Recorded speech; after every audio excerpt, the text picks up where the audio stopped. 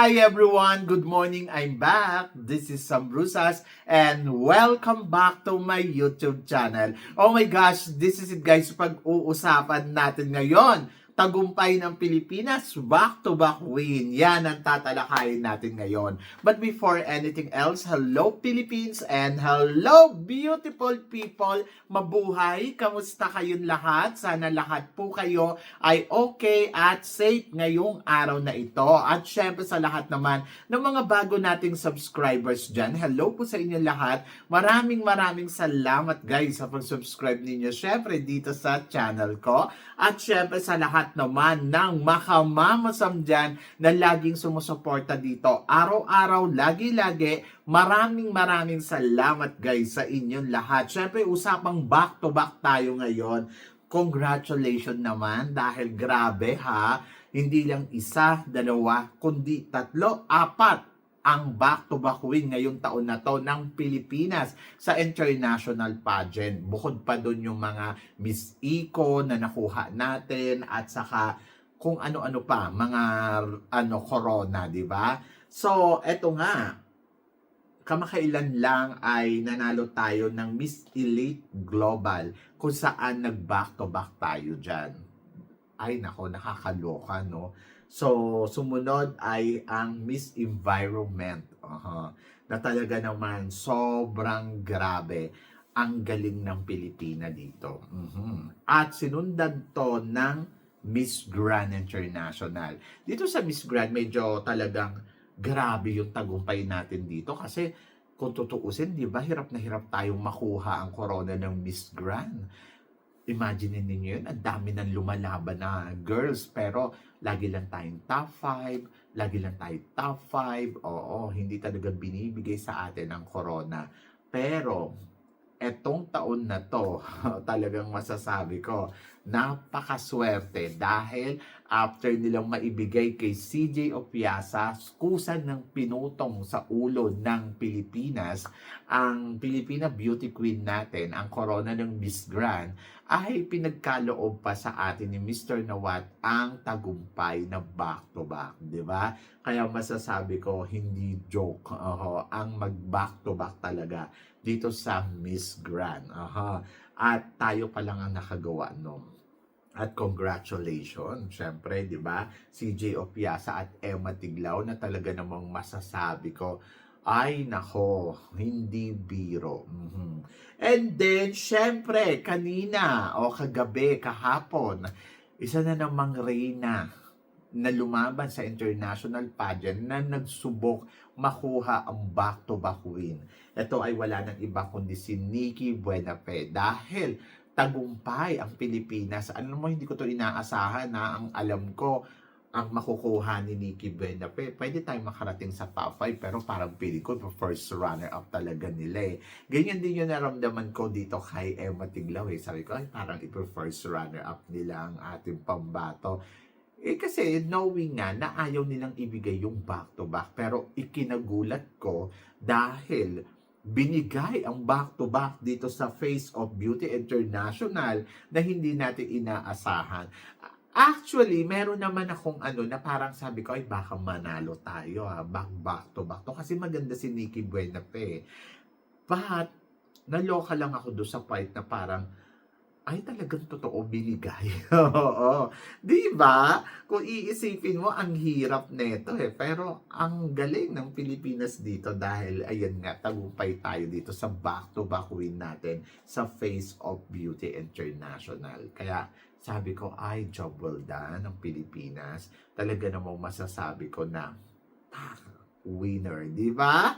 Oh, congratulations syempre sa atin lahat ng bonggang-bongga sa pagkakakuha nga natin ng corona ng ito nga, Face of Beauty International. So, yan! Kaya masaya ang Pilipinas dahil after nga na nasayangan tayo dito sa Miss Universe, tapos may international pa, ay tagumpay. Diyos ko, sabi ng gano'n sa akin, na grabe ha, ang galing ng Pilipinas. Sobrang daw, naantindi daw natin. Sabi ko, syempre, powerhouse tayo. So, di ba? Iba yung dating eh, kung iisipin mo eh. dito talaga, alam mo yung batch 2025, ay panalo. Halos lahat sila naka top 5. Mula ka lang sa mga lalaki, di ba? Kenneth Marcelino, Kenneth Kabungkal, tapos sa supranational, o di ba? So halos lahat tayo pumalo tayo ng top 5 or top 5, top 8, ganon, di ba? Sa Miss Earth, top 8 tayo, baka nga pang number 5 din tayo doon. Tapos dito naman sa Miss World, ganon din. Number 8 din tayo, baka nga pang number 5 din tayo doon. O, di ba? Kung iisipin mo, grabe ang galing ng Pilipinas sa sa mundo ng pageantry. Sobrang nag-penetrate tayo ngayong taon na to ng bonggang-bongga. So, ito ba yung maituturing talaga natin lucky year natin? Actually, bukod doon sa mga back-to-back, tas nakakuha tayo ng corona, kahit naman nung nakaraang taon, ganun din, di ba? Nanalo nga tayo So, kaya nga tayo nag-dominant kasi nag-back-to-back Kasi nung isang taon, nakakuha din tayo ng mga corona. So, di ba? So, kung iisipin mo, halos equal lang nung 2024 at saka 2025. Kaya lang kasi ngayon 2025, ang maganda dito, yung Miss International natin, pumalo ng top 5 at naging 4th runner-up. Tapos, ang Miss Universe natin, matagal-tagal na tayong hindi nakakabalik sa posisyon ng top 5. So, parang feeling ko, ang laking bagay nung nakarating tayo sa top 5 at naging 3rd runner-up tayo sa Miss Universe. Kaya, sabi ko, ay, ang bongga talaga. Sobrang panalo. So, gusto ko silang magkaroon ng parada. Lahat ng mga beauty queens natin this year at nung last year. Parang gusto ko silang, dapat meron silang welcome parade, yung grand parade ba na tinatawag, na nakasakay sa iisang float yung Reyna nung 2024, tapos nakasakay din sa iisang float yung mga Reyna ng 2025, or kung kayang isa-isang float, mas bongga, di ba? So lahat mula sa Miss Grand, sa Miss World, basta nakasakay sila sa isang dapat iparada sila ng bonggang-bongga kasi parang feeling ko well-deserved, di ba? Lalo na yung mga nakakuha ng back-to-back sa Miss Elite Global, sa Environment, sa Face of Beauty, at saka sa Miss Grand, di ba? Sabing ganon, bakit ba talaga ganong kalakas ang Pilipinas pagdating sa mundo ng pageantry? Ayun yung tinanong din sa akin kanina kahapon doon sa Sayang Paragon, na sinasabi, bakit kayo mga Pilipino ang galing-galing-galing ninyo pagdating sa mundo ng pageantry? Sabi ko, dahil siguro yung confidence level ng candidates ay talagang mataas. Kasi yun yung kulang din sa kanila yung sa ibang candidates, yung kumpiyansa. Kasi tayo, hindi naman ganun kagandahan yung mga kandidata nating iba, pero nananalo pa din sila.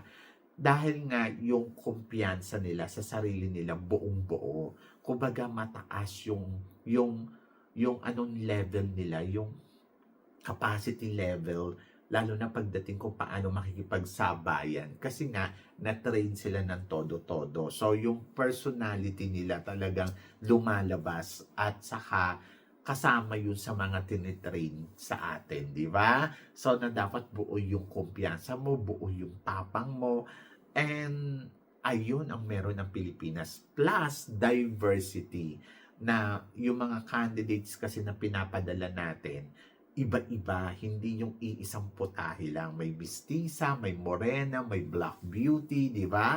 Kaya, swerte natin kasi magpasalamat tayo sa mga nakapag-asawa ng foreigner, nalahian ng foreigner, di ba?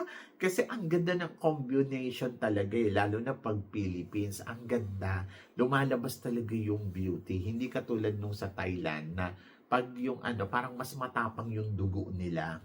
Ganon din yung sa Indonesia, no? Hindi, perfect ang Pinay Ang Pinay beauty, yung jeans, na kapag nahaluan ng taga-ibang bansa, ay, ang bongga. Look, Pia Words, baka Catriona Gray, di ba? Atisa Manalo, Diyos ko si Atisa nga, Diyos ko. Ito yung isa sa mga pinakamagandang babae talaga sa balat ng lupa pagdating sa Pilipinas, di ba?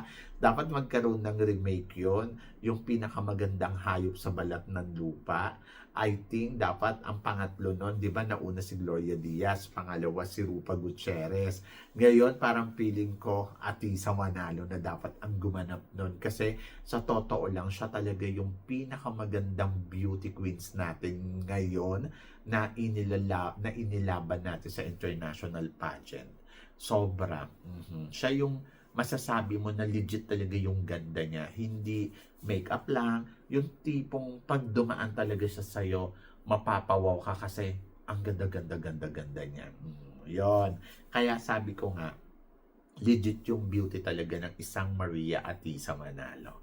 And then, ayun. So, congratulations sa atin dahil mga beauty queens natin na sobrang tapang, sobrang lakas ng loob na kuhanin ang corona sa international pageant kahit sa ikalawang pagkakataon, di ba? So, hindi biro yan yung na-achieve nila. Sobrang kakaiba na talagang back-to-back talaga, di ba? And congratulations kay Nikki Buenape na kakapanalo lang. Sobrang nakaka-proud ka, Nikki. Sobrang ang galing nung ginawa mo. At ganun din syempre kala Emma Tiglao at saka syempre yung nilaban natin sa Miss Environment at saka sa Miss Elite Global. Oh, 'di ba? Congratulations sa atin lahat.